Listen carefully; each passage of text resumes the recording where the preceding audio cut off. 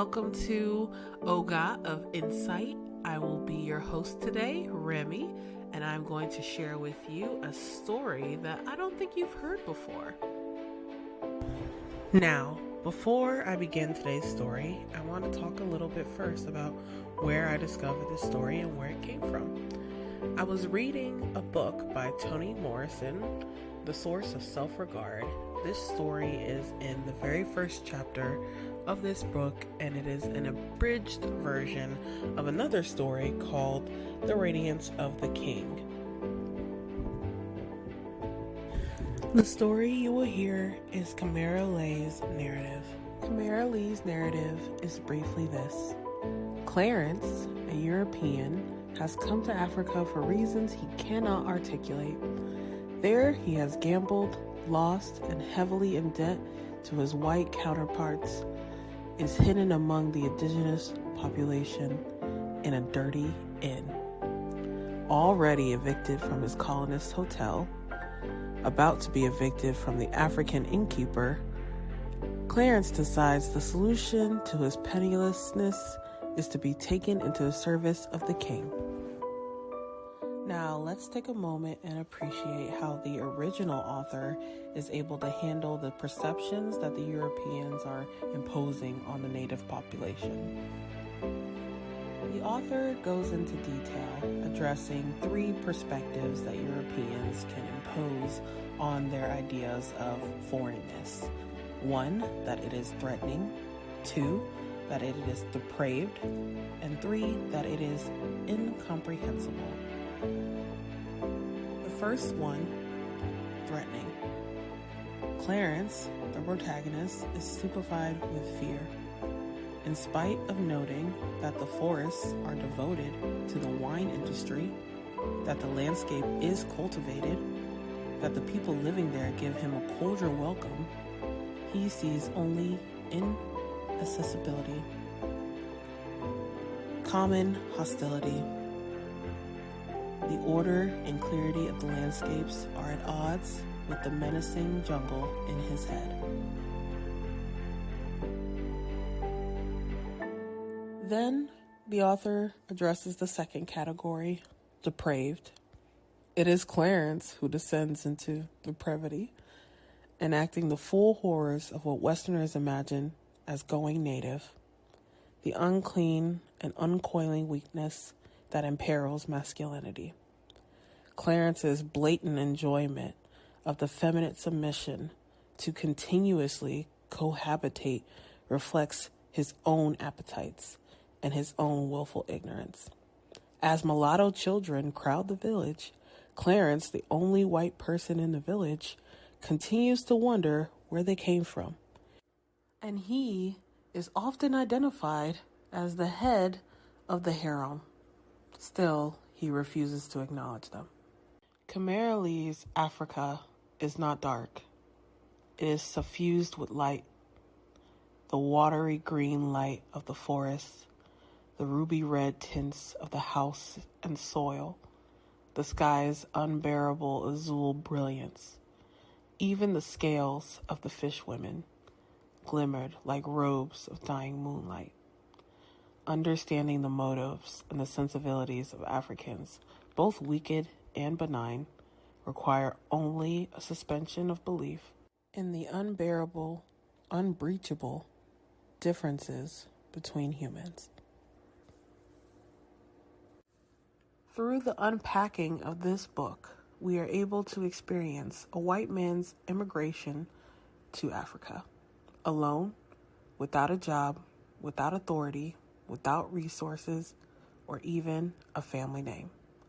But he has one asset that always works, can only work in third world countries.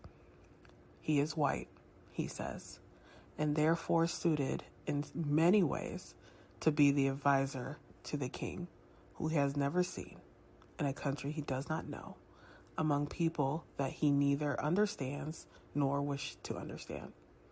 That begins a quest for a position of authority, for escape from contempt of his own countrymen, but then becomes a searing process of re-education.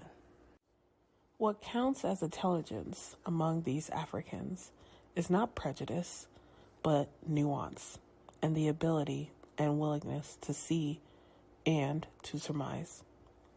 The Europeans' refusal to meet or mediate any event except the ones that contributed to his comfort or his survival eventually leads him to his doom.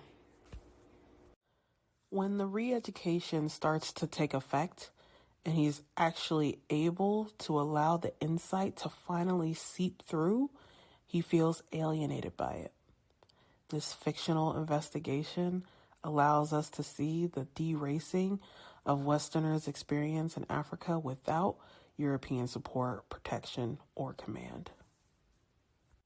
It allows us to rediscover or imagine anew what it feels like to be marginalized, ignored, to have someone's name never uttered, to be stripped of history or representation, to be sold or exploited for labor or for the benefits of an entrepreneur or a local regime.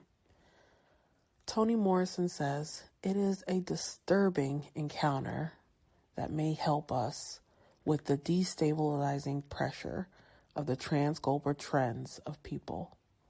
Pressure that can make us cling or discredit other cultures, other languages, make us rank evil according to fashion of the day, make us legislate, expel, conform, purge, and pledge alliance to ghosts and fantasy.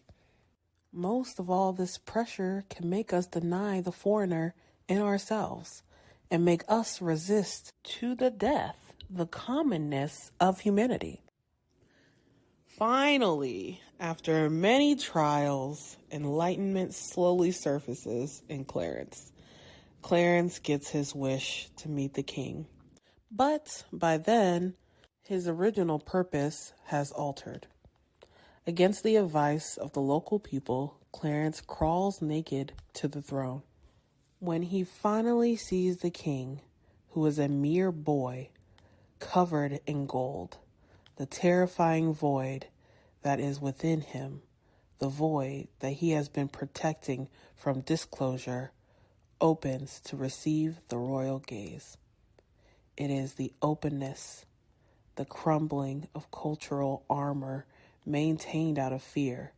This is the act of unprecedented courage that is beginning of Clarence's salvation, his bliss, and his freedom.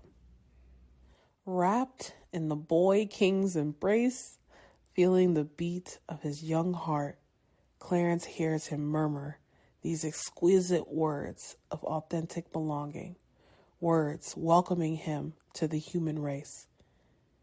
"Did you not know I was waiting for you?" And with that, our story ends. Again, this was a brief review of Chimera's book. Feel free to read the entire book. I adore this story because it is endowed with wisdom and it has such, I think, a unique perspective, and it does kind of re-usher you into that world of being a minority and what that might actually feel like when you go to another country. So I appreciate this perspective so much, and I hope it was helpful to anyone listening. So that concludes our story for today. Please make sure to like and subscribe. And as always, take what you need and leave the rest. Bye.